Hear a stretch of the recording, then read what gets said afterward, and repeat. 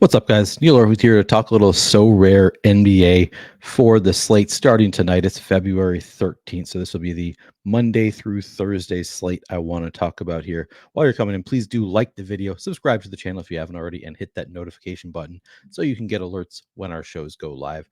Stokastic is excited to be an authorized partner of Sorare, and one of the first places you will find a bonus offer for Sorare NBA. Sign up for a new Sorare NBA account using our link, and you'll get one free limited card after completing your first 5-card purchases on the primary market. Limited cards are typically purchased in the marketplace or won as rewards for high placement in tournaments and help unlock the ability to participate in different tournaments. Getting a free limited card is a massive perk for signing up. The limited cards are one of 5,000 and tracked on the Ethereum blockchain, so you'll always know exactly how many cards are in circulation. They're serial numbered, so pretty nice to be able to see which serial number you have. Obviously, you can get a jersey number, serial number, a 1 of 5,000, 5,000, 5,000, some cool serial numbers that you can find along the way. In addition to getting a free limited card by signing up through Stokastic, you can also find great Sorare projections on stokastic.com. That's what I want to talk about in this video, how I'm going to be using those Stokastic projections, how I recommend using them for this slate. First, actually, I've been saving my cards that I win in tournaments to open on these streams. I actually did not play over this weekend. I didn't have time to sign up. I'm actually not playing tonight either because I'm going on vacation starting tomorrow, so I won't be able to track it. But I did play last week, the Monday through Thursday slate, and ended up using these Stokastic projections. I got 29th out of like 8,600 or so people, so did pretty well in that one. Earned a tier 2 rare in that one, so I've got some fun ones here. So I'm going to open up these rewards to start, starting with, okay, I played the common tournament. Really, the way I've been playing, I played the limited Drew Holiday, that's not bad. I've been playing the limited champion contest primarily, has been my focus, and then I just enter the other ones with cards that I have. Don't really focus on those as much, but good to get experience points and such. So I've been opening them occasionally. All right, so Drew Holiday common, decent. Now this is the I'll go to the limited card tier 5, which I won in the contenders, the one that's not the champion. I forget what it's called. The common contenders, maybe. So this is a tier 5 limited. It's not going to be a great player, but again, I think these are all pretty useful just because different weeks, different value pops up. I don't know if Kenneth Lofton Jr. is going to be valuable this year. Maybe. You never know. Later in the season, maybe Memphis will be depleted. Maybe he'll get some run. But generally, I think that most of these cards have value just because week to week, different players have different values, projection relative to value. So different players pop up as being great plays. So we'll see. But then, this will be my highest end rare right now. I won one other rare a couple weeks back.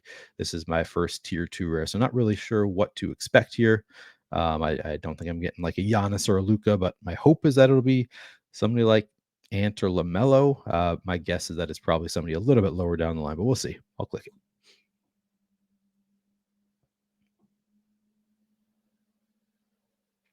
All right, Desmond Bain. Not a terrible pull there. Not quite the I saw guard from the Grizzlies. I was kind of hoping for job, but Desmond Bain, that's I'll take that one as well. It's a pretty nice score for a contest that um, you know, only 8,600 participants. Haven't been doing this very long. Just the stochastic projections have done me well so far every time that I've used them to enter a contest. So looking good there. Oh yeah, I was also going to open up a free card here. So just a reminder that you can get every day, you can get a free common card. So I like to check this every day. Yeah, Nas Reed, kind of interesting just because anytime Rudy Gobert is out, he obviously has massive value. Keldon Johnson, I think I don't have a Keldon Johnson. I'll just go there. Probably between those two for me, but I'm going to go with the Keldon. All right, so there you go. Added one more. All right, now for this week's Sorare projections. So I've been taking a very stars and scrubsy approach to this. I think that makes sense just because, again, your MVP in these contests does not count against your salary cap. And once again, we've done enough of these videos by now that if you've been watching, you probably know how it works. But essentially, the player's last 10 average is their salary. And then they have in different contests a different salary cap. So the common contenders the limited contenders contest that I have been playing no, sorry, limited champion contests that I have been playing typically have a cap of 120 for your last 10 averages. And you can see on each player card what their last 10 average is. And that last 10 average, again, is essentially their salary cap. And you got to you get to draft 5 players.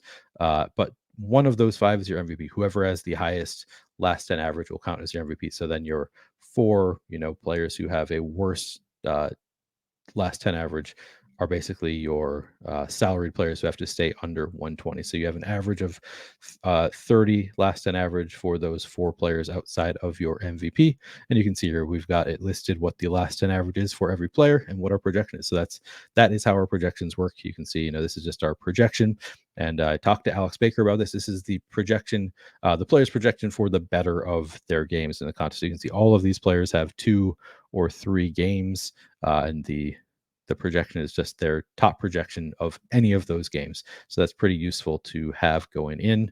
Obviously, the more games a player plays, the likelier they are to spike an upside, the more opportunities they have to spike an upside. So typically, if you want a tiebreaker, I would go with the players who have 3 games instead of 2. So it looks like just the bulls of these top projected players have 3 games in this period. Typically, that'll be a nice tiebreaker for me just because it's more opportunities to have a game where they really spike an upside. And of course, if you're not familiar with the contest, players get credit for whatever their highest scoring game is in the period. So it's similar to best ball in that way, where just automatically whatever their highest score is in a given period, that is going to be the score that counts for them in the contest. Okay, so projection, that's just their best of the games in the period. Last 10 average, that is again essentially their salary rate is tied to the average fantasy points they put up over their past 10 games. But for the purpose of this, it really just works out to be their salary. The value is just projection minus last 10 average. That's how you come up with their value. And then these are just the prices of the cards as they have been selling over their last, I'm not sure if that's 7 days or 7 sales, but either way, it's right around what you can expect to pay for these given cards. If you want like a Mark Williams limited, it'll be $26, rare 135, elite 980, etc., etc. That's just the last. Obviously, there's no guarantee that that'll hold, but that is their recent sales prices, so you can have an idea of what these things will cost. Uh, so typically, the way I have been playing, I start looking at the projection. And right away, I can see here, okay, Luca not only has a great projection, he also has a great value score because his last 10 average is a little bit suppressed. So I think, if you can start out by playing, man, I think kind of the best start that I could see here actually would probably be Luca. I might skip over Jokic just because you can get Anthony Davis for a last 10 average of 45 instead of using that. I mean, if you played Jokic and Luka Doncic, it would be last 10 average of 52 would be the one that counts because Jokic would be your MVP in that case. But just that 7-point savings by skipping past Jokic, using Doncic and Anthony Davis, just because they have such a similar salary. I think that's the way I would go. I think I would start, if I'm making a perfect lineup, I think it would start Doncic, Anthony Davis, LaMelo Ball, because these guys all have great value scores. And the way I've been doing stars and scrubs, I think that this value will it'll be certainly possible. So you get, the 52 doesn't count against you. Your first 2, you're spending 45 on Anthony Davis, 42 on LaMelo Ball. Then you just have 2 more value plays that you need to fit in there. So then I would go from there. I would go to the value column. And you can see Mark Williams just looks like a slam dunk. So throw him into that lineup. And then I don't know. I'm not making the lineup as we go. I guess I can try and do the math real quick. So just looking at the projections, if we started that way, it would be Davis 45, LaMelo 42. So these 2 would both count against us. So that's 87 between the 2 of them.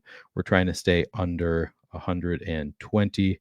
So then we throw in 87 plus 18, we're looking at 105. So we have 15 more that we can take. I'd probably go with this THC right there. You fill up using the whole 120 salary, and that is going to be a really highly projected lineup with some clear upside. So I think that's a nice lineup that I would make. But in general, again, my general strategy is just start with the top projected plays for the most part. Get a couple of those in there. In this case, I'm going with 3 of the top projected plays just because LaMelo Ball and Anthony Davis are both really cheap.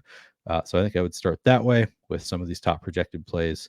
Of course, if you don't want to, if you already have some of these cards and don't want to buy new ones, I still think that the Stars and Scrubsy approach is the best way to go, even if you don't want to buy these specific cards that I'm suggesting here. I think generally you want to start with a couple stars and then move on to the value and just pick a few of these players. Jake Crowder not actually in the cards, so this one we can disregard the Jake Crowder value here, but Mark Williams I think is going to be a great value.